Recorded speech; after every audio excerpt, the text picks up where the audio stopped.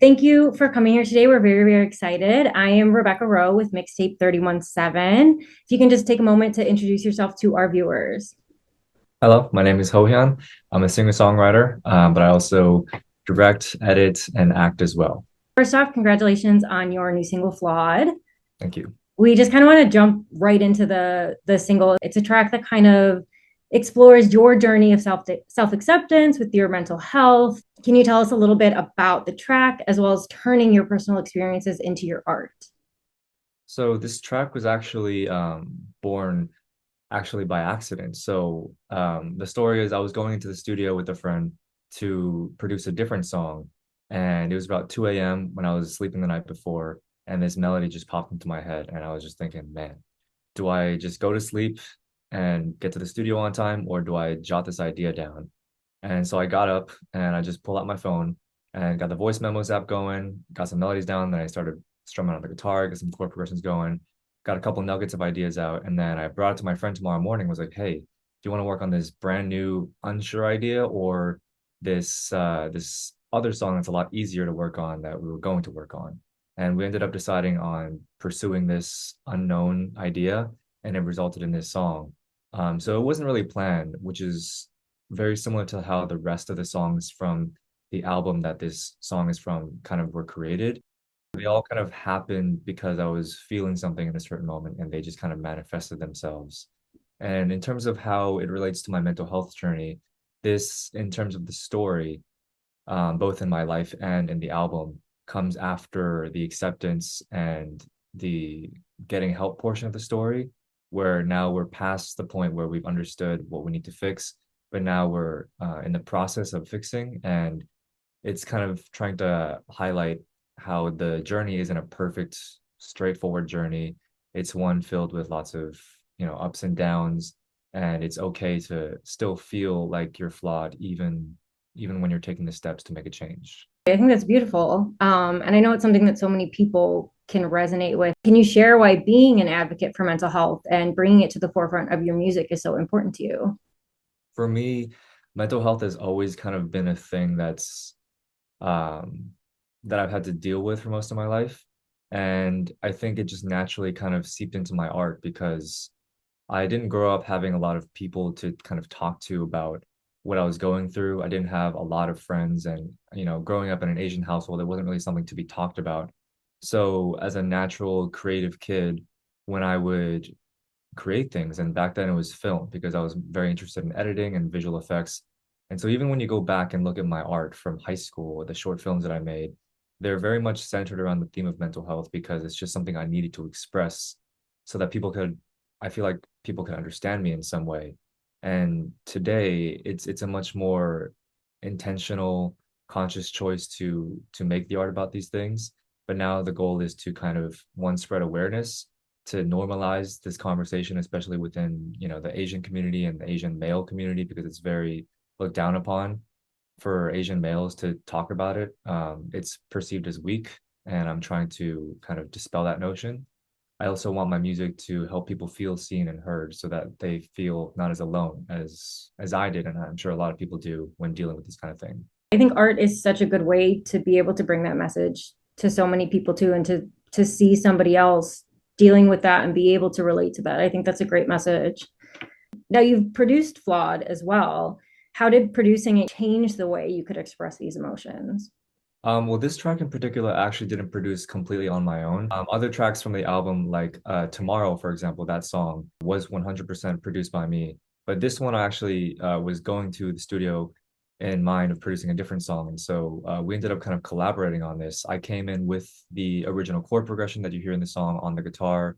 And then I went to my friend's studio, laid down the guitar. We just kind of went back and forth.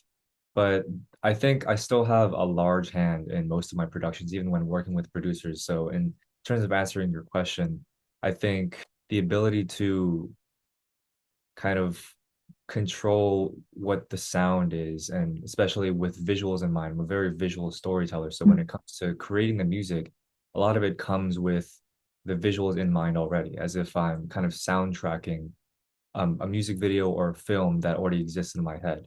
And so when I create these soundscapes, whether I'm working with somebody or not, it's just kind of a natural extension of my visual storytelling. Yeah. And now you have a background in film. Yes. So your expression, like how you said you're creating this in your mind, you're visualizing it in your mind. Is that something you think you've gained from filmmaking, or did you go into filmmaking because you've kind of always had this sort of visual aspect to all of your art? Yeah, I think so. I think just in general, I'm a very visual person, very visual thinker, visual learner.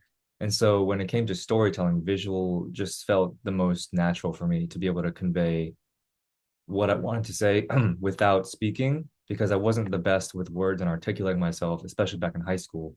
And so it felt like the only way I could show people what I was feeling was just to do it visually and viscerally through the visuals. And so when it came to music, it was just kind of another version of expressing myself, and that's where I learned to articulate myself more through words. But definitely the visuals are more of a natural instinct for me. And now Flawed will feature on an upcoming album that you have. Can you tell us a little bit about the newest album and kind of what your message and even your own feelings, how they've developed since your last full length album, Drama? So this new album is called Petrichor. I've officially announced it. It'll be releasing November 7th, and along with it will be 7 music videos for every single song. And I'm actually going to be doing screenings in movie theaters across 4 different cities where before the album releases, people will get a chance to watch through the entire album uninterrupted. And so, because every single piece of the songs has a music video, you get to kind of experience the visuals and like the audio at the same time, the kind of way I envision it from the beginning. But I feel like this album was actually kind of unconventional in how it came together because half of the songs have already been released. But if you look at the order of the songs that have been written, the chronological order of which they've been written is also the order of the story because the story is also my own personal journey with my mental health. So, for example, a song on the album is going to be called I Can't Escape the Rain, which has already been released, and it was part of the drama album. But I always felt like it had its own story that was being driven. And another song that came out of it was called Today. And that song is directly playing on the idea of Can't Escape the Rain. And I realized that there was this central theme of rain. And I think before I knew it, I was writing about my depression and kind of personifying it through this rain character where it would be following me around. I couldn't escape it. I think that kind of motivated the rest of the songs in the album. And so this whole album's concept is about the rain, which is why it's called petrichor. Petrichor is the chemical of the smell of rain. And it kind of just became about my specific journey with mental health. And it's probably the most honest that I can get in storytelling because they just came from a really deep place where I just wrote out of necessity. And so you can really feel every part of the story because it's all an actual part of my life. And in between, I'm sprinkling little clips that I've recorded to myself, where I'm kind of speaking to the camera and speaking to my future self. And you can kind of see my emotional states throughout this album. And so audiences will get to listen to the album and also get to hear me speak directly to the camera and really see and feel the authenticity of that story. Yeah, and it's like a full immersion experience too. Mhm. Like, the visuals, the audio, everything. And like looking past on the or looking back on the past year, I should say, and your advocacy, your music, what's the most surprising thing you've learned about yourself? I think along the year, I've learned and grown a lot as both a performer and as a person, largely thanks to, friends around me. And I think I really learned that I'm a much better communicator than I thought that I was. I really thought I was really bad at speaking to people, but through my art and through talking to fans and hearing their stories, I realized that my words carry a lot more weight than I thought they did. And so now I'm trying to use that to help as many people as I can. How do you decompress at the end of the day? How do you become stress free, if at all? Are you a puzzle guy? Do you play video games with your friends? Like, what do you like to do? Yeah, there's a few things. I have some pretty interesting hobbies. I used to be really into origami as a kid, but these days, I've really gotten into 3D printing. That's like my latest hobby. I've always been a very tech interested person, and now I just have one in my room and I've been printing things nonstop. And I'm also going to use it to print merch for fans that's based on props from the album. But there's actually this one prop I printed recently. It's like a little Mario pipe, and it dispenses candy out of it. You just press this thing and it comes out. I haven't loaded it with candy. Hold on, give me a second. I love that. I'll do that. The way it works is, and so I printed all these pieces separately, and I had to assemble it with like this rubber band. And I didn't design this. There's like people online who design stuff, but so the rubber band is attached to this, and then you just kind of flick it, hold on, and then you can. Oh, stop. That's so fun. All right. Now, So what yeah, kind of candy do you have in there? Skittles, probably Okay. my favorite candy. Mm-hmm. I've loved it since I was like a kid. But that is just something I personally made for myself, just Yeah, just for because fun. because I can. We had seen you on the Junie tour opening for Junie. Mhm. You also headlined your own show here in LA. And then I know upcoming, you have the Korean festival in Houston that you'll be performing at. Now, you've mentioned bringing Petrichor visually to audiences before the release. When can the homies expect to see Petrichor on tour?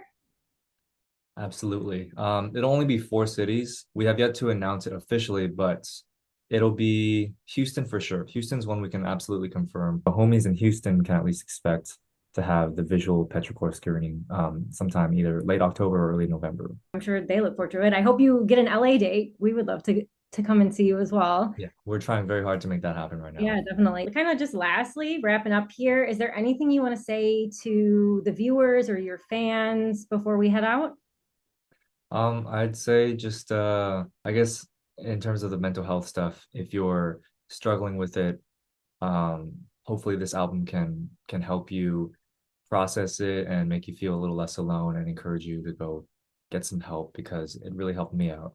I hope it gives you a space to share your stories with other fans as well. That's my goal, to get people to meet each other and form communities that they can feel safe in.